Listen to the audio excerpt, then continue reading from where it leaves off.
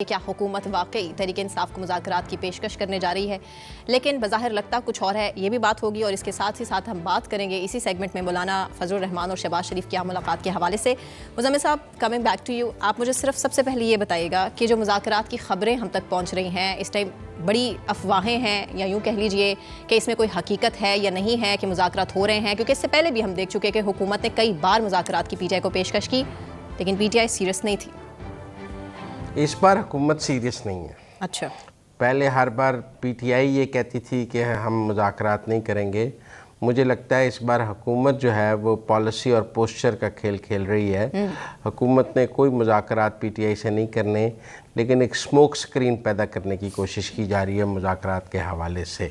अच्छा, लेकिन मुझे नहीं लगता। देखें, दो किस्म की पीटीआई है। एक पीटीआई है बानी पीटीआई अडियाला जेल में, एक पीटीआई है पार्लियामेंट के अंदर।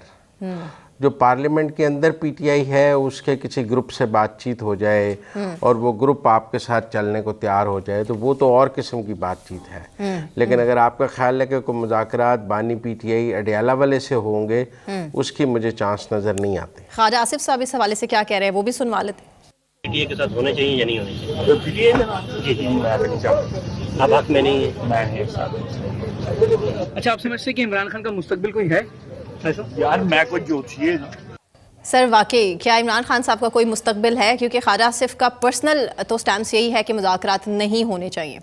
उन्होंने कहा मैं जोशी नहीं हूँ। हाँ, मुस्तकबिल के हवाले से हाँ, किसी भी सियासतदान के मुस्तकबिल के हवाले से प्रिडिक्ट नहीं किया जा सकता। लेकिन पॉलिसी आपको समझ आई कि वो कह रहे हैं कि हम मुज़ाकरात के हक में नहीं हैं।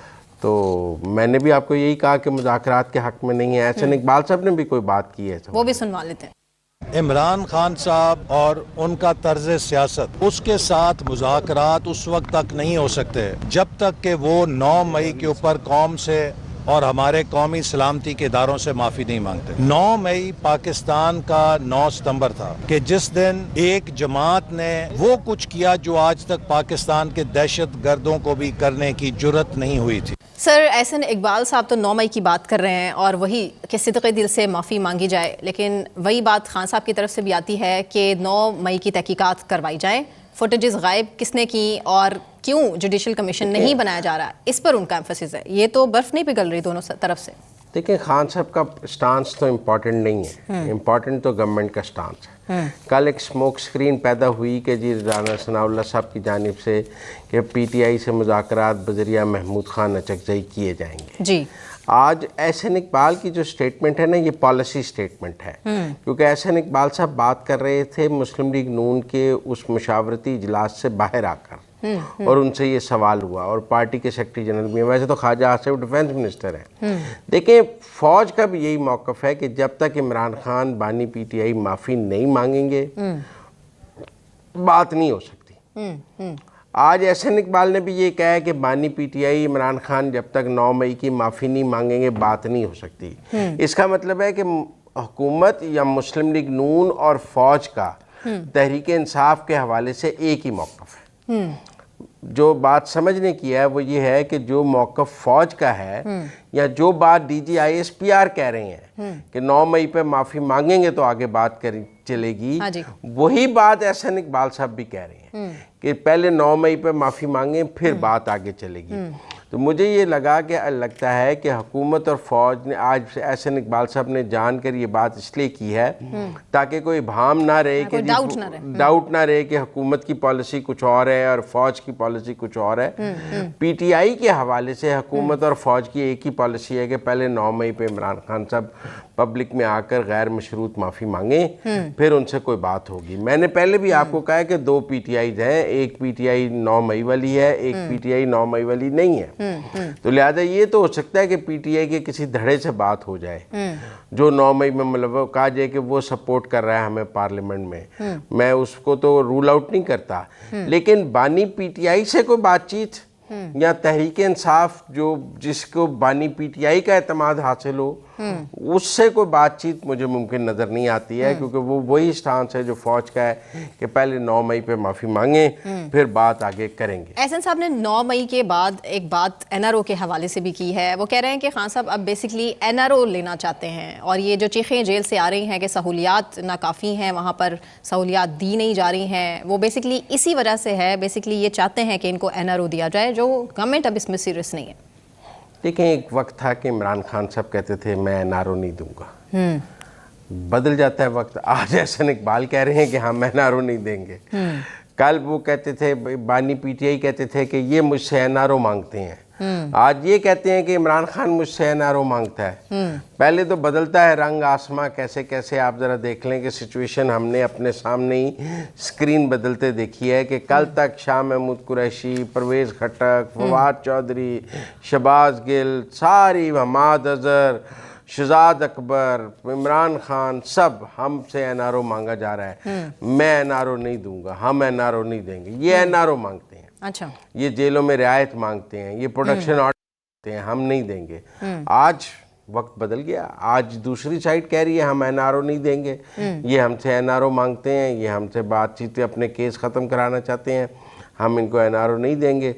तो एक तो सियासत में वक्त बदलते देर नहीं लगती, कब किसकी बारी आ जाए। लिहाजा वो ख्वाजा आसिफ ने कहा ना मैं जोशी नहीं हूँ, मैं भी जोशी नहीं हूँ, कल फिर हो सकता है फिर बानी PTI कह रहे हो मैं NRO नहीं दूंगा। तो आज ये कह रहे हैं कि NRO नहीं दूंगा। तो इसलिए ये हालात तो बदलते रहते हैं पाकिस्तान की सियासत में, और ये NRO का जो म्यूजिकल चेयर है वो आजकल चलता रहता है। अच्छा सर, अब ये मौलाना साहब आईनी तरामीम में हुकूमत का साथ देने वाले हैं या नहीं देंगे? मोहसिन नकवी साहब ने भी मुलाकातें की हैं, इसके अलावा जरदारी साहब के बाद अब शहबाज शरीफ साहब से मौलाना की मुलाकात हुई है, उन्होंने टाइम मांगा है। ये डिलेड टैक्टिक्स हैं मौलाना साहब के, या फिर हो सकता है कि पलट जाए बाजी? देखिए, मौलाना ने ये फैसला करना है कि उन्होंने किसके साथ चलना है। अगर आप ये कहती हैं कि इस वक्त मौलाना और PTI का कोई इत्तेहाद मौजूद है, तो मैं आपसे ये सवाल करता हूँ कि मौलाना KP असम्बली में PTI के साथ बैठे हैं या PTI के मुखालिफ अपोजिशन में बैठे हैं? बड़ी मिक्स। अगर तो मौलाना KP में अपोजिशन में बैठे हैं PTI के खिलाफ, तो फिर ये कैसे मुमकिन है कि ऊपर कौमी असम्बली में इत्तेहाद होगा और KP असम्बली में अपोजिशन होगी? या तो मौलाना KP की में PTI की गवर्नमेंट में शामिल हो जाते और वहाँ वजारतें ले लेते, या एक उनका कोलिशन फार्मूला तय हो जाता, तो वो KP में भी PTI के साथ हों और मरकज़ में भी PTI के साथ हों। लेकिन अगर वो KP में PTI के साथ नहीं है और अपोजिशन में है, तो फिर आज भी अपोजिशन मरकज़ में भी कैसे साथ चल सकते हैं? तो इसलिए मैं समझता हूँ कि मौलाना अभी ना अपोजिशन में है ना हुकूमत में है, दरमियान में। इस हवाले से बैरिस्टर गौहर भी कुछ फरमा रहे हैं, वो पहले सुन लेते हैं फिर उस पर तबसरा। जी सर, ये सूरत हाल है कि बैरिस्टर गौहर भी बड़े कॉन्फिडेंट हैं कि मौलाना साहब तो देखें वो हमारे साथ हैं या नहीं है, ये तो वक्त भी बताएगा, लेकिन हमारे कैंडिडेट कहीं नहीं जा रहे। देखें, उन्होंने ये कहा कि अगर मौलाना गवर्नमेंट के साथ चले भी जाएं तो फिर भी हुकूमत के पास 4 से 5 वोट कम है। हाँ जी। असल बात ये थी कि वो ये कैलकुलेट करके बैठे हैं कि आइनी तरमीम के लिए अगर मौलाना चले जाते हैं तो 213 गवर्नमेंट के हैं, 8 मौलाना के हैं, 221 होंगे, और उसके लिए 224 225 चाहिए, तो 4 और 5 वोट फिर भी कम पड़ते हैं। तो वो असल गेम उन 4-5 वोटों की है, जिसके लिए मैं आपको बार बार ये कह रहा हूँ कि बानी PTI से तो बात नहीं होगी, लेकिन PTI के अंदर से कोई 5 या 10 का ग्रुप अगर निकल कर इस आइनी तरमीम को सपोर्ट करे तो गवर्नमेंट उनसे बात कर लेगी। अच्छा, ठीक है ना, कि एक ग्रुप PTI में से निकल कर इस आइनी तरमीम को अगर सपोर्ट करे जो आज़ाद हो, तो फिर उस आइनी तरमीम का रास्ता निकल सकता है। लेकिन कोशिशें हो रही हैं, लेकिन अच्छा, पहले मौलाना की हाँ ज़रूरी है। मौलाना की जो निकी जी हाँ है ना, वो निकी जी हाँ के बाद ही मामला आगे चलेगा। और मेरे ख्याल में 2 हाईएस्ट लेवल मुलाकातें हो गई हैं, और इन मुलाकातों में मोहसिन नकवी की मौजूदगी, देखें पहली मुलाकात के बाद दूसरी मुलाकात तभी हुई है जब पहली मुलाकात हौसला अफजा थी। हाँ जी। अगर उन्होंने आसफ जरदारी साहब को मोहसिन नकवी की मौजूदगी में फ्लैटली रिफ्यूज़ कर दिया होता कि इस पर बात ही नहीं हो सकती, तो फिर शहबाज शरीफ मिलने ना जाते। देखिए ना, आसिफ जरदारी साहब और मोहसिन नकवी जब मिले तो उसमें से कोई उम्मीद की किरण निकली ना, जिस किरण को आगे रेफर किया जो आगे फिर शहबाज शरीफ गए मिलने के, अच्छा जी ये उम्मीद की किरण है, इस पर आगे बात की जाए। तो इसलिए मेरा ये ख्याल है कि मौलाना ने खिड़की खुली रखी है हुकूमत के साथ बातचीत की। अब वो खिड़की क्या है, मतलब मैं ये समझता हूँ कि ये भी हो सकता है कि वो अगर उन्होंने केपी में ऑपोजिशन का ही किरदार अदा करना है तो वो केपी का गवर्नर वापस चाह रहे होंगे, जो पहले उनके समधी थे कि मुझे गवर्नरशिप केपी की वापस की जाए, मैंने वहाँ ऑपोजिशन करनी है। तो क्या हुक्मरान इत्तेहाद उनको केपी की गवर्नरशिप दे सकता है? बड़ा पॉइंट है। या वो बलूचिस्तान में एक गवर्नर मांग रहे होंगे क्योंकि वो वहाँ सिंगल लार्जेस्ट पार्टी है, तो वो वहाँ पे गवर्नर मांग सकते हैं, या वहाँ पर हुक्मरान हुकूमत में शामिल होने के लिए क्या मांग सकते हैं, साथ गवर्नरशिप मांग सकते हैं, या और क्या कर सकते हैं।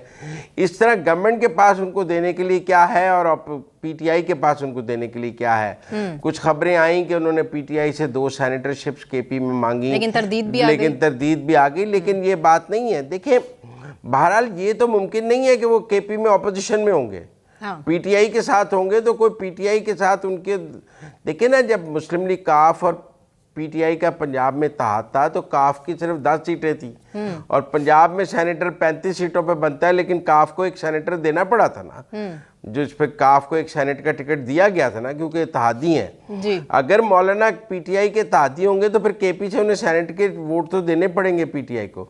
तो मेरे ख्याल में अभी तक चूंकि पीटीआई और का केपी के हद तक मौलाना से कुछ सेटलमेंट नहीं हो सका, लिहाजा डोर्स आर ओपन। लेकिन गवर्नमेंट से भी कोई सेटलमेंट नहीं हो सका। देखिए गवर्नमेंट से उनका सेटलमेंट, क्योंकि उन्होंने टाइम मांग लिया अभी भी वज़ीर आज़म साहब से, बिल्कुल टाइम मांग लिया। मेरे ख्याल में आगे और मुज़ाकरात होंगे और उसके ऊपर ये भी हो सकता है उनके और गवर्नमेंट के दरमियान एक वसी पैकेज पर बातचीत हो जाए। हम सेकंड सेगमेंट में बात करेंगे कि नवाज शरीफ ने आज कहा है कि हुकूमत को, आवाम को रिलीफ देने के लिए मुल्क की सारी सियासी जमातों मिलकर बात करें। तो उसमें जो मिसाके मईशत को आगे लेके चलने वाली बात है उस पर कहीं मौलाना बीच में शामिल हो जाएं तो मौलाना कहें कि मैं तो मिसाके मईशत के लिए आया हूँ, हाँ जी, मैं उसके लिए नहीं आया हूँ, और पीटीआई कहे कि हमने इस पे दस्तखत नहीं करने, तो मौलाना कहेंगे मैंने तो दस्तखत करनी है, हाँ जी। तो फिर तो वो रास्ता निकल आएगा। तो मेरे ख्याल में एक ब्रॉडर कोई सेटलमेंट की तरफ जाया जा सकता है। फिर मौलाना ने केपी में पीटीआई के खिलाफ सियासत करनी है, पीटीआई के साथ तो सियासत नहीं करनी, उनके लोगों ने पीटीआई के मुखालिफ इलेक्शन लड़ना है। तो मुझे नहीं लगता कि वो ज़्यादा पीटीआई के साथ चल सकते हैं। उन्होंने पीटीआई के साथ अपनी स्लेट क्लीन कर ली है।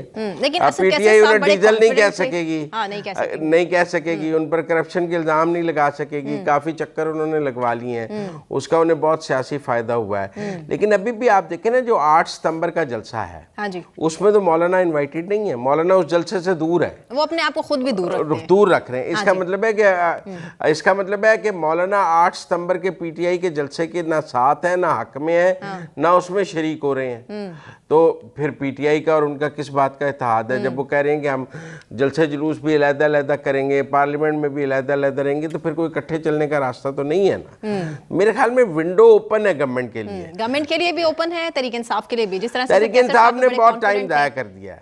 तहरीक इंसाफ फरवरी के बाद से, आप देखें आज अगस्त का आखिरी दिन है जब मैं और आप बात कर रहे हैं, तो मार्च, अप्रैल, मई, जून, जुलाई, अगस्त, इतने माह में पीटीआई जो है वो जेयूआई के साथ कोई सेटलमेंट नहीं पैदा कर सकी है। तो इसलिए मुझे लगता है कि अब गवर्नमेंट के पास ज़्यादा ब्राइटर चांस है मौलाना के साथ सेटलमेंट पैदा करने का। बिल्कुल ठीक।